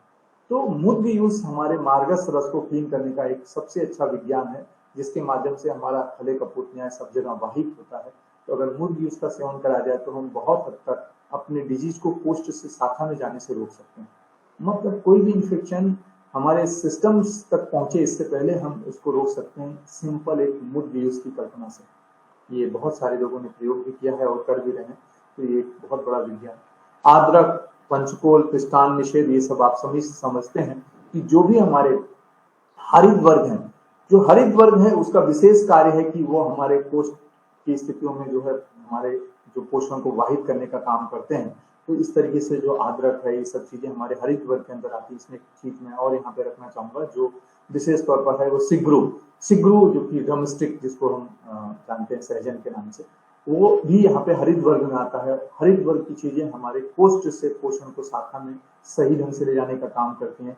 तो अदरक और सिगरू इत्यादि का प्रयोग यहाँ पे विशेष तौर पर यहाँ उल्लेखनीय है। पिष्टान, जैसा कि आप सभी जानते हैं कि बारीक पिसा अनाज हमारे लिए दुर्जर हो जाता है और अग्नि की मंद स्थिति में या ऐसे किसी इन्फेक्शन की कंडीशन में वो वाहित नहीं हो सकता है। मांसाहार, दुग्ध पदार्थ में भी गुरुता रहती है। घी को छोड़ के आप सारे दुग्ध पदार्थ यहाँ बंद करा सकते हैं जिससे कि हम जो है न्यूट्रिशन में वही चीजें दे जो लघु सुपाच्य हों, जिनके अंदर पोषण निकालना बहुत आसान है। तो यहाँ एक छोटा सा विशेष ध्यान दिलाना चाहूंगा कि आहार की स्थिति में हमारे जो 10 आहार वर्ग बताए गए हैं और उनको जोड़ने वाले जो कृतान और आहार योगी ऐसे 12 वर्गों का जो सम्मिश्रण है, उसमें एक बहुत सूक्ष्म विज्ञान आचार्य चरक ने दिया है कि चावल जो शुभ धान्य है वो हमारे कोष्ठ में काम करता है, समी धान्य जो कि हमारे मार्गस रस में काम करता है, जो हमारे मांस वर्ग है वो शाखा में काम करते हैं, जो हमारे शाक वर्ग हैं वो हमारे उपांग में काम करते हैं, और जो हमारे फल वर्ग हैं वो हमारे अंग में काम करते हैं। तो अगर ये विज्ञान लेके हम काम करें तो हम हर जगह पे पोषण पहुंचाने का बहुत ही कंट्रोल मैनर में चीजों को पहुंचा सकते हैं। तो पुराना चावल, स्विन, या जो हमारे लिए बहुत प्रस्तुत स्विन आचार्य ने कहा ये लघु सुपाच्य होता है, ऐसे चीजों को हम अपने खान पान की स्थितियों में रोगी को रखें तो हम हिततम द्रव्यों के साथ उनको जोड़ सकते हैं। आप देख पा रहे होंगे साग वर्ग में भी ऐसे आहार हैं जो कि तिक्त वर्गीय हैं, या बहुत सारे ऐसे हैं जो कि हमारे शोधन की स्थिति में हमको ले जाने वाले हैं। तो इन सब चीजों का प्रयोग हमारे लिए बहुत हितकर हो सकता है। एक बहुत महत्वपूर्ण बात यहाँ पे रखना चाहूंगा, आयुर्वेद आज के समय में आप देखते होंगे कि चिकित्सा 3 तरीके से संपादित होती है। पहली चिकित्सा जिसको हम आहार औषध की चिकित्सा कहते हैं, आधुनिक विज्ञान में न्यूट्रास्यूटिकल के नाम से ऐसी चिकित्साएं चल रही हैं। आयुर्वेद में दूसरी जो चिकित्सा है जिसको हम भैषज कल्पना, या जो है हमारी जो पंच कषाय कल्पना की जो ट्रीटमेंट की जो चीजें हैं उसके माध्यम से हम चिकित्सा करते हैं। और तीसरा जो हम कृत्रिम रस के माध्यम से जो चिकित्सा करते हैं जिसको रस शास्त्रीय कल्पना कहते हैं। तो आहार औषध, भैषज कल्पना या पंच कषाय कल्पना की चिकित्सा और रसशास्त्रीय चिकित्सा, ऐसे 3 भागों में आयुर्वेद की चिकित्सा बटी हुई है। और यहाँ मैं जो आपके सामने रख रहा हूँ ये सब आहार औषध की चिकित्सा है। प्राइमरी लेवल में डिजीज को कंट्रोल करने के लिए ये हमारी ऐसी औषधियां हैं जो शरीर के लिए नियमित रूप से उनको जानने की स्थितियों में है, शरीर इनको जानता है, इसलिए इनका फ्री एक्सेस है हर जगह पहुंचने में।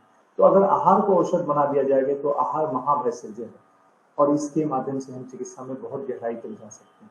तो जल की एक बहुत बड़ी चिकित्सा जिसको हम जल वर्ग के रूप में हम समझते हैं आयुर्वेद में।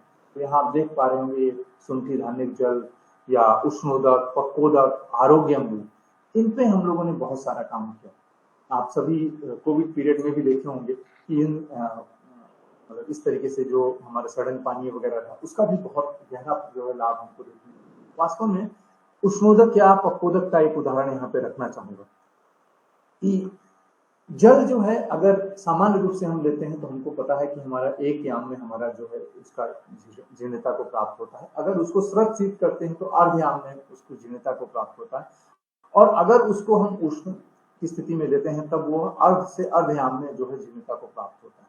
अर्थात 3 घंटे, 1.5 घंटे और जो है 45 मिनट की स्थितियों को हम समझ सकते हैं आज के समय में। यहाँ पे एक विशेष उदाहरण है आपको आरोग्य अम्बु। आरोग्य अम्बु क्या करता है, जो हमने अभी तक विज्ञान समझा कि आरोग्य अम्बु पाद से संयक्त तो आरोग्य अम्बु तदुच्यते। आरोग्य अम्बु वो है जल है जिसमें कि हम पादावशेष जल लेते हैं, 4 लीटर को उबालते हुए 1 लीटर बना दीजिए, यही हमारे लिए आरोग्य अम्बु है। ये आरोग्य अम्बु सदा पथ्यम, पथ्य स्रोतस के लिए आपको ध्यान में आया है। ये पथ्य हमेशा स्रोतस को क्लीन करने का काम करता है, ये मार्गावरोध को दूर करने का काम करता है। आरोग्य अम्बु का श्वास कफ जैसी स्थितियों में विशेष हितकारी है, ज्वर नाशक है, ग्राही है, दीपन पाचन और लघु है। अनाह पांडु सूल अस जैसी बीमारियां जो कि हम समझ पा रहे हैं कि ये हमारे अवरोध की वजह से होने वाली गुल्म शोष उदर अपहरण की स्थितियों पे ये कारगर है। आरोग्य अम्बु एक ऐसी कल्पना है जिसका प्रयोग हम चिकित्सकों को नियमित रूप से करना चाहिए, क्योंकि आयुर्वेद की चिकित्सा में जब तक हम उस आम का पाचन कम्युनिकेबल डिजीज में नहीं करेंगे तब तक हम उसको आगे बढ़ने से या विकृति को रोक नहीं सकते। तो जल की चिकित्सा एक ऐसी चिकित्सा है जो आयुर्वेद का बहुत बड़ा हथियार है। मैं आपको एक उदाहरण देके यहाँ दिखाना चाहूंगा। ये एक छोटा सा केस है जिसमें कि आप देख पा रहे होंगे, यहाँ शायद में पूरा स्लाइड में नहीं आया है, ऐसा मुझे देख पा रहा है। एक कोविड पीरियड में हमने बहुत सारे पेशेंट्स के ऊपर इस तरीके का वो किया था, आप देख पा रहे होंगे 104 डिग्री फ़ारेनहाइट टेम्परेचर, 5:15 समय था। इसको जब हम आरोग्य अम्बु पिलाना शुरू किए और निराहार बिल्कुल रखे तो ऐसी कंडीशन में सुबह जाते जाते ये नॉर्मल टेम्परेचर तक आ गया पेशेंट। पूरी तरीके से हमने किसी भी तरीके की कोई और अन्य औषधि इस पेशेंट को नहीं दी और सिर्फ आरोग्य अम्बु का पान कराएं। ये तो सिर्फ लक्षण उदाहरण आपको एक केस के बारे में बात करें, ऐसे बहुत सारे केसेस आज या कोविड के पहले या आज की कंडीशन में भी हम लोग डील कर रहे हैं कि जोरे आदनम आदो लंघनम कुर्यात के विज्ञान को देखते हुए अगर क्षुधा की स्थिति नहीं है और टेम्परेचर 100 डिग्री फ़ारेनहाइट से ऊपर है तो बिना कुछ खिलाए मरीज को सिर्फ और सिर्फ आरोग्य अम्बु के पान पर रखिए। मेरा या गुरु परंपरा से एक अनुभव है कि 2 घंटे के अंदर टेम्परेचर नॉर्मल की स्थिति में पहुंच जाता है अगर मरीज को आप निवास शयन की स्थिति में रखते हैं तो।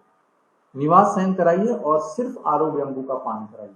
मुहुर मुहुर भूरी अंबु पान, ऐसी स्थितियों से हमको स्वेदन की स्थिति प्राप्त होती है और जो हमारा 10 प्रकार की संशुद्धि कही गई है उसमें आम का पाचन होता है और इस तरीके से जो है हम जो है इन्फेक्शन को आगे बढ़ने से रोक पाते हैं। ज्वर जो कि एक सामान्य तौर पर सभी इन्फेक्शियस डिजीज में कॉमन सी आने वाली चीज है, उसका सिंपल इस कुक्ड वाटर के साथ आप बहुत अच्छा जो है प्रतिकार कर सकते हैं।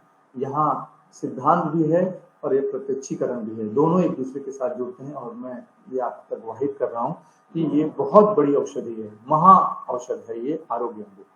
तो इसका जैसा कि सिद्धांत में कहा गया है कि ये ज्वर है, पथ्य है, स्रोतस को क्लीन करता है, तो अगर इसका हम सही प्रयोग करते हैं तो हम सारे ये जो काश स्वास्थ्य जो कि हमारे प्रति कंडीशन में बहुत सारी जो कफ एंड कोल्ड बच्चों में देखने को मिलता है, जो हम डेटाज में भी देख के आए, जो हमारे बहुत सारी ग्राही स्थितियां डायरिया वगैरह जो बच्चों में देखने को मिलता है, उसमें ये अपक्व को पक्व करके उसको रोकता है, ग्राही करता है, ऐसा गुण है इसके अंदर।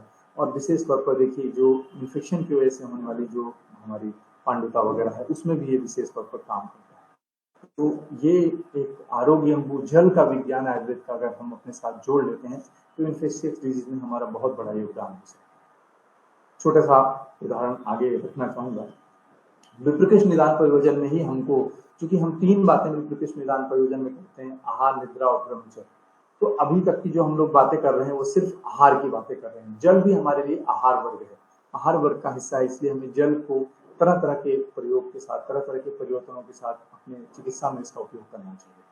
भोजन पकाने में भी हम जो संस्कार करते हैं उसमें भी जो स्नेह कल्पनाएं बताई गई वो भी पूरी तरीके से भारतीय होनी चाहिए। आजकल हमको बहुत तरीके के ऐसे ऑयल मौजूद हैं, कोई किसी ब्रांड का नाम लेना यहाँ उचित नहीं होगा, लेकिन ऐसा देखने में आता है कि हम बहुत सारे ऐसे प्रिपरेशन के साथ जुड़ते हैं, तो ऐसी चीजों से हमको बचना चाहिए जो कि अन्य कल्पनाएं हमारे सामने उपस्थित है। तो क्षमा चाहूंगा।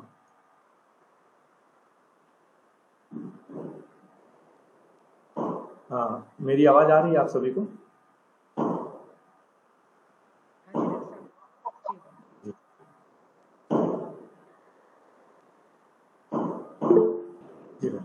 तो दूसरी जो सबसे महत्वपूर्ण बात यहाँ पे करना चाहूंगा वो निद्रा का विज्ञान। अगर आप इसको देखें, एक बात विशेष है, यहाँ फल के विज्ञान के साथ आगे बढ़ना चाहूंगा। एक बहुत बड़ी स्थिति होती है कि स्रोतोरोध होने से बल भ्रंश की स्थिति होती है।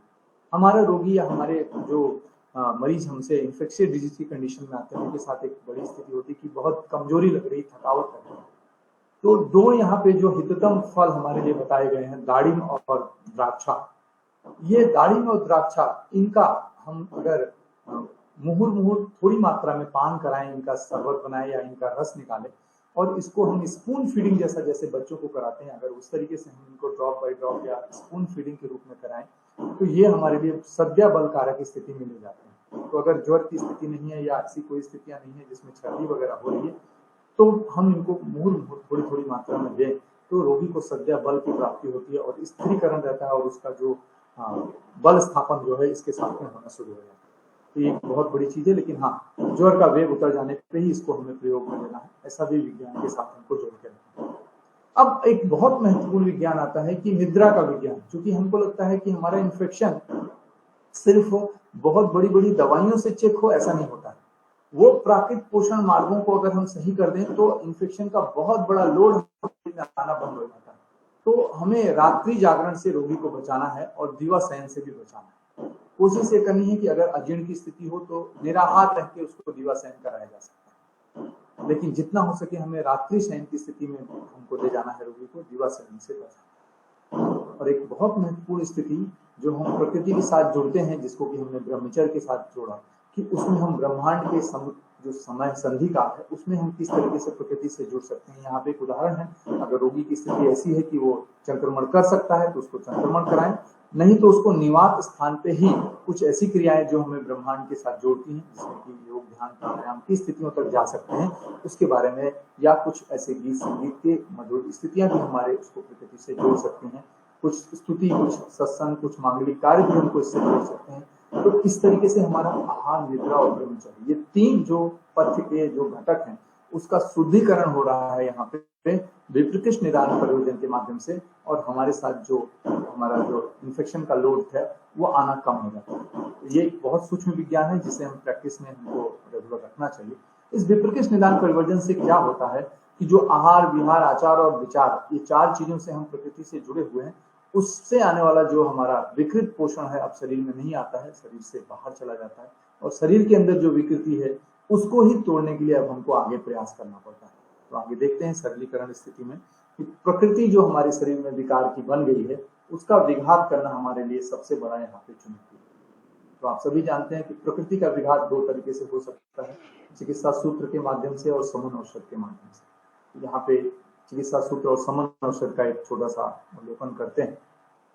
जैसी कंडीशन हो उसके हिसाब से हम पंचकर्म का उपयोग कर सकते हैं। ऊर्ध्व भाग से शोधन इत्यादि जो हमारी क्रियाएं हैं उसका भी हम यहाँ पे विशेष प्रयोग कर सकते हैं। आप देखते होंगे खासकर जो ऐसी पॉइजनिंग वगैरह है या टॉक्सिन्स वगैरह जैसे कि इन्फेक्शन का होता है तो उसमें हम छर्दी का या जो है इंड्यूस जो हम मेडिकेटेड जो हम वोमिटिंग वगैरह कराते हैं जिसको हम नमन कर्म के माध्यम से समझते हैं, वैसी स्थितियां भी हम कई बार लेते हैं जो कि हमें इन्फेक्शन के लोड की कंडीशन को कम करती हैं।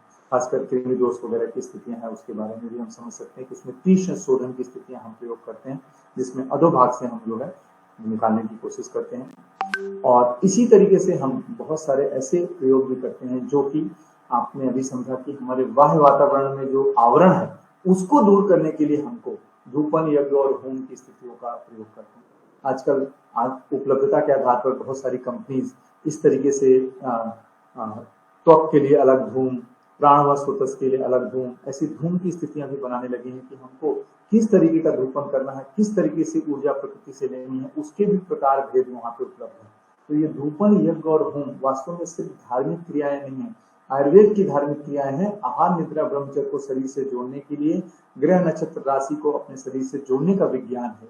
इसको हमें अपने चिकित्सा कार्य में प्रयोग में लेना चाहिए। हम चिकित्सकों का विज्ञान है, इसके लिए बहुत सारे धूपन हमारे आयुर्वेद विधान में इसीलिए बताए गए। स्नान, इसका भी मैं बहुत उदाहरण आपको आगे देना चाहूंगा कि इसमें जो प्रक्षालन है, पाद प्रक्षालन है, इसमें बहुत सारी ऐसी चीजें हैं जिसमें कि बहुत इन्फेक्शियस ऊन के बारे में मैं यहाँ पे बात करना चाहूंगा। आगे की स्लाइड्स में है कि हम लोगों ने इस पे भी बहुत काम किया कि जो ऐसे केसेस जिसमें कि इन्फेक्शन का लोड बहुत ज्यादा था और पेशेंट्स को ये बता दिया गया था कि ये ठीक नहीं होगा या इसमें जो है एम्पुटेशन या इसमें कुछ ऐसी चीजें भी जरूरत पड़ सकती हैं कि हम ऑर्गन को हमारे बॉडी से अलग करना पड़ेगा, उसमें भी आयुर्वेद ने कैसे काम किया अभी मैं आपको आगे की स्लाइड के बारे में बताऊंगा। कुछ समन औषधियां हैं, इनके बारे में आप बहुत अच्छे से जानते हैं, इस पर बहुत सारे डेटाज हैं, बहुत सारे काम हो चुके हैं। तुलसी है, नीम है, ब्राह्मी है, वचा है, यष्टि, मधु, गुरुचि, आमलकी, हरिद्रा, विडन, कूट, गुग्गुल, लहसुन, ये सभी एंटी माइक्रोबियल के रूप में एस्टेब्लिश हो चुकी हैं और आज के बहुत सारे प्रिपरेशन में आपके साथ उपलब्ध हैं। तो इनका अलग अलग रोगानुसार, अलग अलग समूर्छा के अनुसार आप चिकित्सक इसका प्रयोग करें। ये बहुत कारगर औषधियां हैं, इनके ऊपर अभी कोई रेजिस्टेंस नहीं डेवलप हुआ है। इनका आप अपनी जो है चिकित्सीय बुद्धि के अनुसार आप युक्तिपूर्वक प्रयोग कर सकते हैं। कुछ जो योग की स्थितियां हैं जिनमें कि आप जानते हैं पंचबल, त्रिफला, ये सब चीजें जो है विशेष तौर पर सिद्ध जो है हमारे योग हैं जिनको इन्फेक्शन के रूप में, इन्फेक्शियस डिजीज में बहुत अच्छे से काम दिया गया है, दिया जा रहा है। तो ये आयुर्वेद के लिए, आयुर्वेद की बहुत गोल्डन मेडिसिन हैं जो कि वर्तमान में प्रयोग हो रही है। यहाँ एक छोटा सा आपको उदाहरण दिखाना चाहूंगा। एक केस था जिसके बारे में हम यहाँ पे आपके सामने रखना चाहेंगे कि आयुर्वेद किस तरीके से इन्फेक्शियस डिजीज, ये वेट गैंग्रीन का केस था जिसमें एम्पुटेशन एडवाइजेबल था और ये कहा गया कि ये बिना पैर को काटे नहीं ठीक हो सकता, बैक्टीरियल इन्फेक्शन इसमें बहुत सारा हो चुका है, वेट कंडीशन थी। केस हमारे पास आया और हम लोगों ने थोड़ा सा इसमें छोटा सा काम शुरू किया और यहाँ पे आप देख पा रहे होंगे कि हमने एक शोधन चिकित्सा, यहाँ पे आंतरिक शोधन के अलावा बाह्य जो परिवर्तन है उसमें भी काम किया, जिसमें कुछ भी ज्यादा नहीं यूज किया। चतुर्बलकल को आप, हमारे पास पंचबलकल नहीं था, दारू हरिद्रा के साथ उसको नियोजित करके, और ये एक परिषेक जो है हमने शुरू किया, परिषेक और अवगाह। ये निरंतर रूप से हम लोगों ने उस पर करने के बाद जो हमारी स्थितियां रही उसको यहाँ पे दिखाना चाहूंगा। ये परिषेक और अवगाह हम करते गए और बात की स्थिति ये रही कि हमारा पेशेंट पूरी तरीके से बिना एम्पुटेशन के जो है अपनी नॉर्मल स्थिति में पहुंचा। ये यहाँ दिखाने का मतलब सिर्फ इतना है कि हम आयुर्वेद चिकित्सक कम्युनिकेबल डिजीज में अपने आप को लाचार महसूस करने लगते हैं जब हम अपने सिद्धांत से दूर चले जाते हैं। अगर ज्ञान पूर्वक हम अपने सिद्धांत को लेकर यहाँ आगे बढ़े और इस चिकित्सा में जैसे हमने आभ्यंतर शोधन की भी बात की, हमने निदान प्रयोजन भी किया, लवण इत्यादि आहार का वर्जन कर दिया, पथ्यतम आहार मूत्र यूज इत्यादि पे मरीज को रखा और हमें समय लगा, हमें 3-4 महीने का समय लगा। ऐसा नहीं था कि हम बहुत जल्दी रिजल्ट ले पाए, लेकिन मरीज धीरे धीरे जब उसमें सुधार होता गया तो वो हमारे साथ स्थिर होता गया। तो यहाँ मैं यही कहना चाहूंगा कि आयुर्वेद उतना ही कारगर कम्युनिकेबल डिजीज में है जितना नॉन कम्युनिकेबल डिजीज में है। हम चिकित्सकों को अपनी दृष्टि को यहाँ पे व्यापकता देनी होगी और अपने शास्त्र पे भरोसा करके शास्त्र अनुसार चिकित्सा करनी होगी।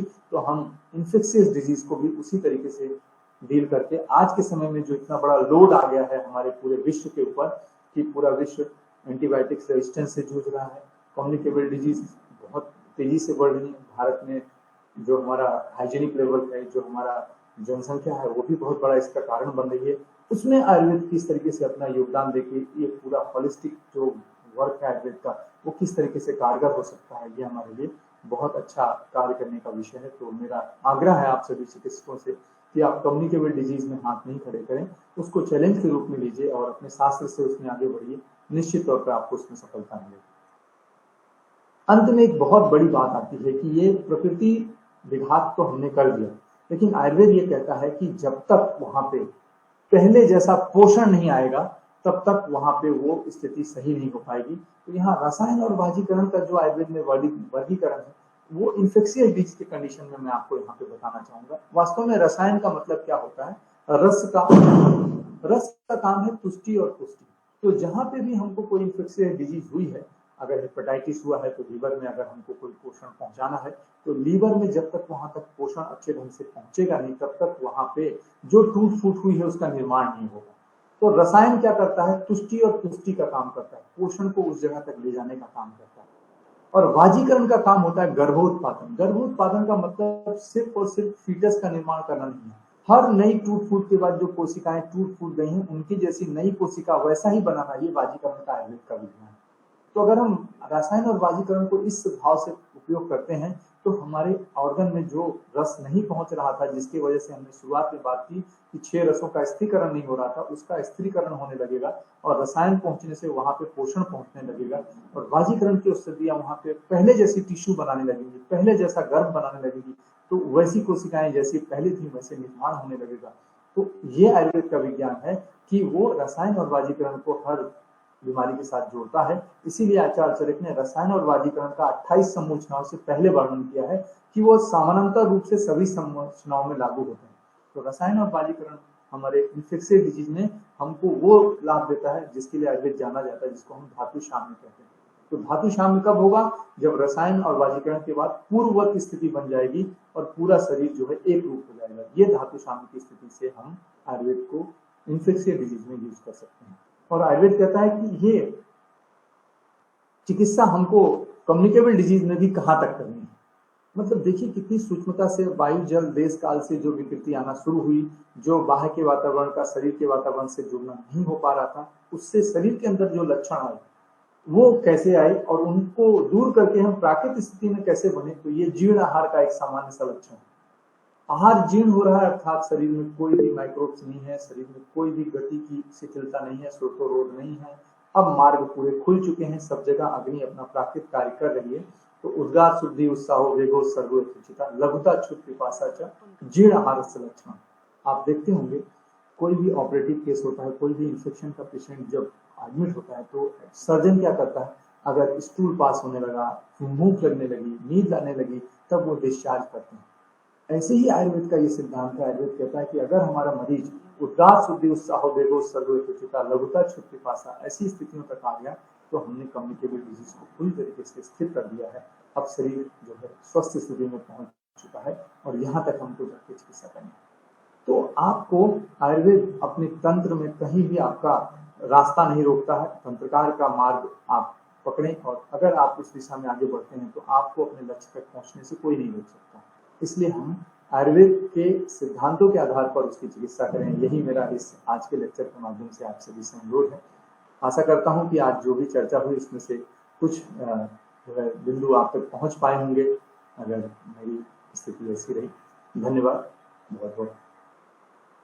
जी बहुत बहुत धन्यवाद डॉक्टर साहब, एक्स्ट्रा ऑर्डिनरी प्रेजेंटेशन और बहुत सारी जगह चिकित्सकीय इन सिद्धांतों का प्रयोग बहुत सारे पार्टिसिपेंट्स अच्छी तरह से कर पाएंगे।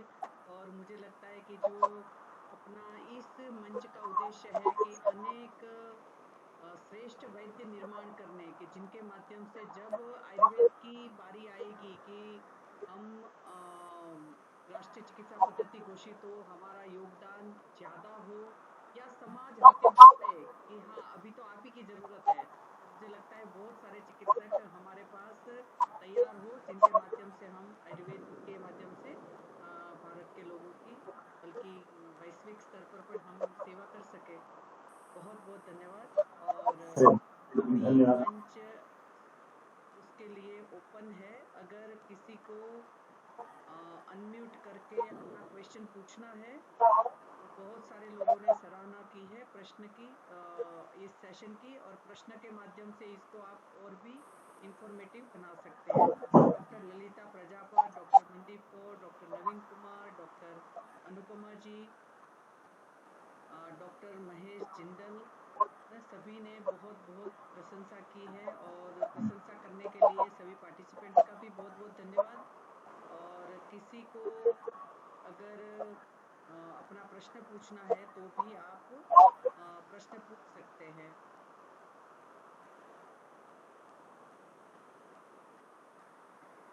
चैट बॉक्स में भी आप अपना प्रश्न लिख सकते हैं। मैंने आपके माइक्रोफोन ऑन किए हैं तो आप उसके माध्यम से भी कर सकते हैं। इतने प्लीज गाइड फॉर द आमवात आहार विवेचन, डॉक्टर मनदीप कौर पूछना चाहती हैं। जी मनदीप जी, बहुत अच्छा प्रश्न है। आम बात में जैसा कि हम समझते हैं कि वहां पे जो स्थितियां रहती है वो दो स्थितियों से हम समझते हैं उसमें कि एक तो सबसे बड़ी चीज है कि आम बात दो प्रक्रियाओं से होता है। एक स्निग्ध भोजन करने के बाद व्यायाम करने से, और एक जो है निराहार स्थिति से। तो अगर हम इसमें विवेचन कर पाए कि हमारा जो आम बात उत्पन्न हुआ है उसमें कारण क्या रहा है, मतलब एक तो सबसे पहली बात है कि अगर वो स्निग्धतम ही भुक्तो ही अन्नम व्यायाम पूर्वस तथा ऐसी स्थितियों से हुआ है, तब तो फिर हमारे लिए जो आम की स्थितियां हैं उसको पाचन करने के लिए जो हमने अभी आपसे बात की कि हमारा एक पथ्य पालन का स्थिति सबसे पहले बहुत महत्वपूर्ण होनी चाहिए। और उसमें तीन चीजें जो हमने अभी यहाँ पे रखी, खासकर जो जल चिकित्सा की बात की, शुंठी धान्यक जल या पंचकोल साधित जल, ऐसा देखने में आता है कि शुंठी धान्यक जल और पंचकोल साधित जल ये दोनों हमारे लिए बहुत अच्छे आहार औषध के रूप में काम करते हैं। तो शुंठी धान्यक जल या पंचकोल साधित जल का सेवन करना और पंचकोल साधित जल से ही उनके आहार का पाचन करना, ये एक चिकित्सीय परिप्रेक्ष्य में बहुत अच्छा लाभ देता है। तो पंचकोल साधित जल से ही उनके आहार, जो भी आप उनको भोजन दे रहे हैं, उसका पाक क्रिया भी जो है पंचकोल साधित जल से ही हो, तो ये काफी हद तक जो है यहाँ देखने को मिलता है। और एक बहुत महत्वपूर्ण चीज है जो हम आजकल नहीं कर पाते हैं या करना चाहिए विशेष तौर पर, जिसका लाभ देखने को मिलता है, आप अगर मरीज को निवात शयन की स्थिति में रख पाए तो वो वायु को जीतने का सबसे अच्छा तरीका है।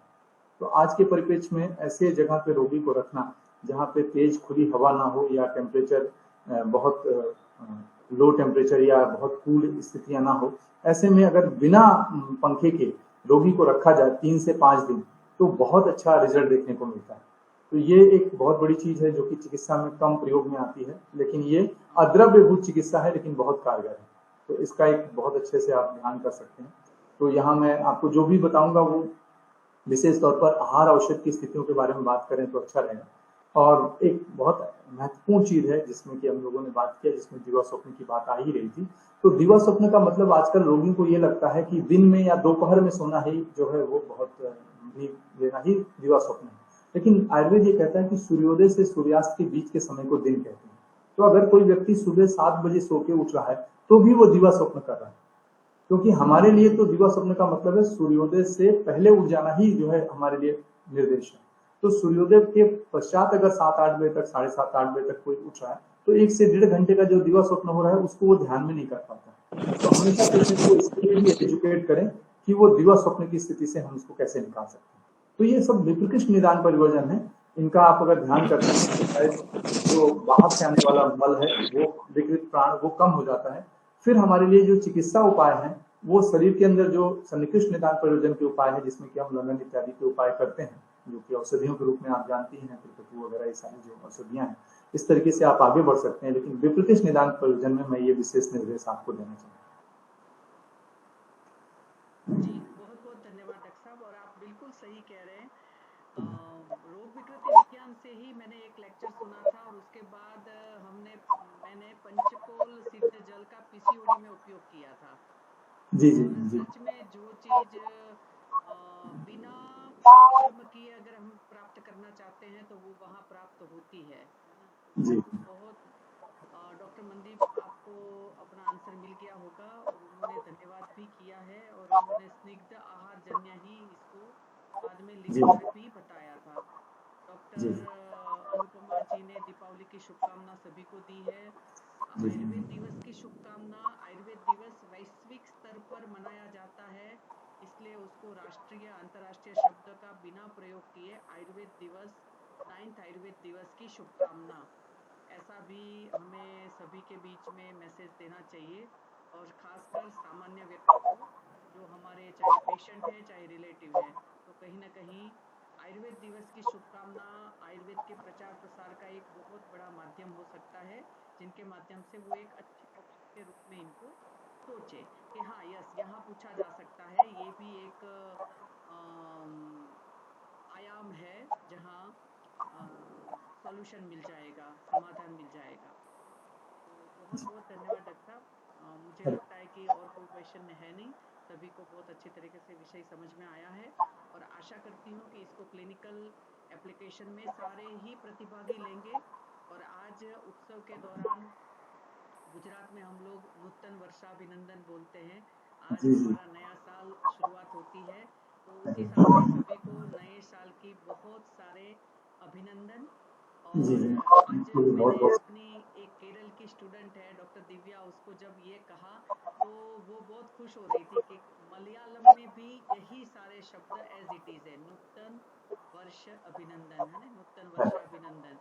तो कहीं ना कहीं हम अगर शुद्ध हिंदी का प्रयोग करते हैं तो वो संस्कृत के बड़ी नजदीक रहती है, और हमें वो एक दूसरे के साथ भी जोड़ती है, क्योंकि भारत की एकता, समरसता, है ना, यही आयुर्वेद को भी आगे बढ़ाएगी, और हम आयुर्वेद से बहुत सारे लोगों का उससे कल्याण कर पाएंगे। तो आज के विशेष रूप से इमरजेंसी स्पीकर बनने के लिए डॉक्टर विवेक, आपका तहे दिल से बहुत बहुत धन्यवाद। विश्व आयुर्वेद परिषद के इस मंच से ऐसे ही एक इमरजेंसी लेक्चर और तैयार रखिएगा। तो कहीं ना कहीं बड़ी हिम्मत सी, मीन्स आज जब बात हो गई ना, तो मैं सोच रही थी कि अच्छा है, क्योंकि आपसे सुबह मेरी ओपीडी थी, मैं बात नहीं कर पाई, और जी उसके जी बाद फिर वो फोन नो रिप्लाई हुआ, तो बस ऐसे लग रहा था कि नहीं नहीं, नहीं विवेक जी ने नहीं कहा है नहीं, तो पता ही होगा। जी मगर जी चलो 3 बजे तक हमारी बात हो गई। तो इमरजेंसी स्पीकर बनने के लिए बहुत अरे बहुत धन्यवाद। धन्यवाद मैम, बहुत बहुत धन्यवाद, आपने अवसर दिया इन लोगों के साथ मुझे अपने विचार साझा करने का। बहुत बहुत धन्यवाद, सभी को नहीं, धन्यवाद। आप नमस्कार। वाला धन्यवाद बहुत बड़ा है हमारी ओर से। क्योंकि 6 बजे कुछ शिक्षार्थ ज्ञान व्याख्यान होना ही होना है, हर हालत में, है ना। जी तो जी उस हिसाब से मुझे ऐसे लग रहा था कि इतने उत्सव के बीच में कैसे, कहाँ, किसको बुलाए, कैसे करें, और एक बहुत सारे विशेष स्पीकर्स की जी जी असमर्थता भी थी, तो इस वजह से आपने तुरंत ही हाँ कहा, बल्कि मैंने आपसे फोन भी नहीं किया, पता है, बहुत सारों जी से फोन पे बात हो गई ना। इवन जी भरत भाई जी पडार ने भी बहुत सारे स्पीकर से बात की, क्योंकि जी जी उनके भी मैंने सहायता मांगी थी। मैंने कहा पूछो जी पूछो, अपने सीनियर जूनियर किसी से पूछो, मैंने जी कहा। तो जी। वहां भी नहीं मिला कोई, तो कहीं ना कहीं चलो सहायता आपकी ओर से अरे मिल गई। पुनश्च धन्यवाद। मैम, ये तो मैम आपकी आहुति है, और कितना अच्छा वो है कि हम लोग जो ये सारी चर्चा करते हैं, ये भी ब्रह्म जो मुहूर्त, वो ब्रह्म का काल है, ब्रह्मचर्य के साथ जुड़ने का काल है, उसी समय में करते हैं, 6 बजे से जो समय है। तो इससे हमारा जुड़ाव बहुत अच्छे ढंग से जो है वैश्वानर के साथ है। जी जी जी, बहुत बहुत धन्यवाद डॉक्टर साहब। जी सबसे अंत में मैं शांति मंत्र लूंगी, आप सभी म्यूट रखकर ही दोहराएंगे। ओम सर्वे भवन्तु सुखिनः, सर्वे सन्तु निरामया, सर्वे भद्राणि पश्यन्तु, मा कश्चित् दुःखभाग् भवेत्।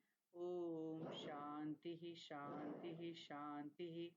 नमो नमः। विश्व मंगल की कामना के साथ आप सभी का धन्यवाद। आज के स्पीकर का विशेष धन्यवाद। सभी पार्टिसिपेंट्स का भी धन्यवाद।